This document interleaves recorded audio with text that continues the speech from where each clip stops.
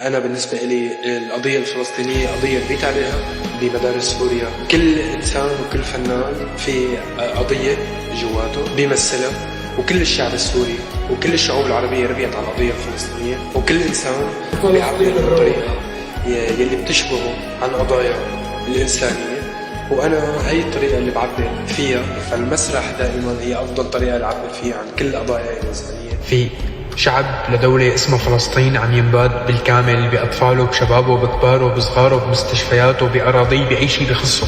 الساعة 4 الصبح وحاليا في قصف عنيف جدا على غزة. هذا الفيديو مشان لما تفيق الصبح، بس بالعموم هذا مشان لما تفيق الصبح تعرف انك من أمة العار هي. أكيد ما رح أقدر شير احتراما لدم الشهداء وإخواتنا بفلسطين، تربطنا فيهم كتير أشياء، وإذا هن انأذوا نحن بننأذى ولو بطريقة غير مباشرة.